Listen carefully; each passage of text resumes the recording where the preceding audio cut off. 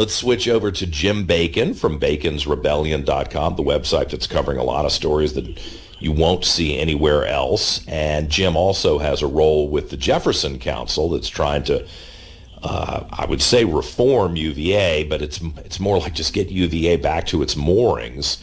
And Jim, I appreciate you being here this morning. I saw your post, I guess it was yesterday, about this Dr. Tiffany King, who is a tenured professor at UVA. Who is this lady? Oh my gosh, John. Yes, we just go from madness to madness. It is astonishing the kinds of people that UVA has hired in recent years to teach their kids. Tiffany King is with the Department of Women, Gender, and Sexuality Studies, and she appeared. There's a whole department in that, huh? Well, oh yes. Fortunately, it's not a huge department, but it's and almost every single one of those people I think are beyond the fringe. But Tiffany King especially, because she was in a conference, a teleconference a couple of weeks ago, in which she said she urged the listeners to crash the U.S. settler state.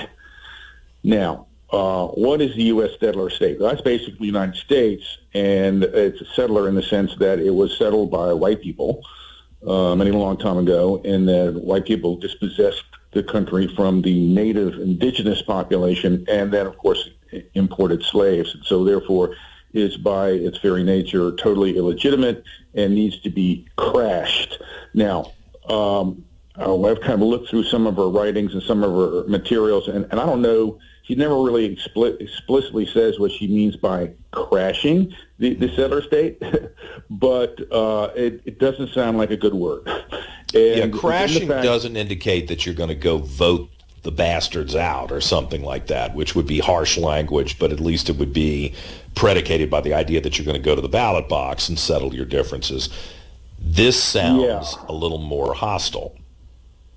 Well, yes, especially since she is part of a movement that tries to, and this was the conference that she was in, was to align black and indigenous feminists with the Palestinian resistance.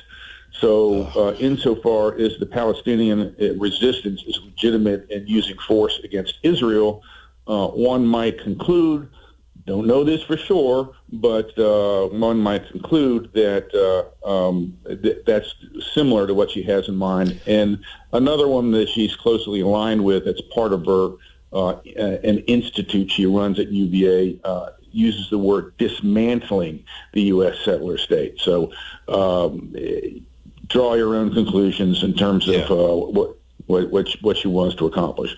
Someone should ask her that question, just in case people think that you're embellishing or I'm being bombastic on the radio. Can we just pause for a second? We'll play a little bit of the clip from her own comments. I think producer Dan's got that queued up. Dan, you want to roll that?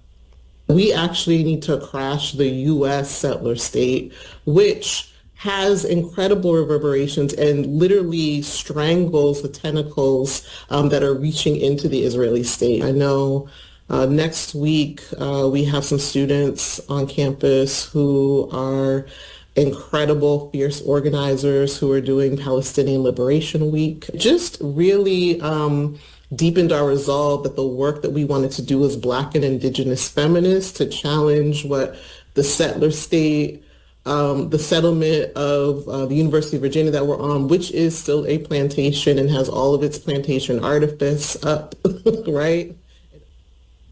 Really? So she considers getting a paycheck at the University of Virginia to be what, her modern enslavement at the plantation of UVA? I mean, I think somebody should offer her the opportunity to escape from the plantation very quickly. We could cut that paycheck. I think that would be a great way to help balance the budget, is to free her from the burden of being in Charlottesville or even in Virginia, certainly not being paid for with tax money at UVA. This is insanity. John, that's a great idea. I think that we need to start raise a special fund to start kind of an underground railroad to help Tiffany King escape to somewhere free, like Palestine, perhaps. I'm not sure what she has in mind, but Gaza, perhaps. She is. It's easy to dismiss someone who presents themselves in such a clownish way, even with a PhD. I look at this, and this is why I have such a little respect for the academic establishment, not just in Virginia, but across the United States, is that they're fools like this who have a doctor in front of their name. But it's actually what she's advocating, based on listening to her, is a threat. And I think we are foolish if we dismiss the influence that a woman like this can have on the younger generation. They have to bow down to her on some level to get through her courses, and perhaps there are enough disgruntled people where she really could stoke an insurrection. Everybody's worried about Donald Trump and his insurrection, supposedly. Why are we not worried about her? Well, absolutely. She refers to her students who are involved in the local Students for Justice in Palestine initiative in Charlottesville, UVA, to fight against. They've been fighting for disinvestment of UVA funds from Israel, but they also have been advocating the U.S. withdrawing its aid to Israel, et cetera, et cetera, et cetera. And there have been murmurings on social media about that UVA might follow, UVA radicals and militants might follow the example of what's going on in Colombia, setting up an encampment. Don't know if they're going to do that or not, but they've just been talking about, that's maybe something we're thinking about. Well, if their students, those students are taking her classes and subject to her influence, do they also believe in crashing the U.S. settler state as well? Right. They may not be coming writing out and saying it. It's more legitimate for them to protest, as they did a couple of Fridays ago. All the dead bodies in Gaza, which is a tragic result of the war there. But you can do that without sounding like you're beyond the pale. But what is their ultimate aim? Is their ultimate aim the same as hers? And is she kind of inculcating that kind of worldview with these kids?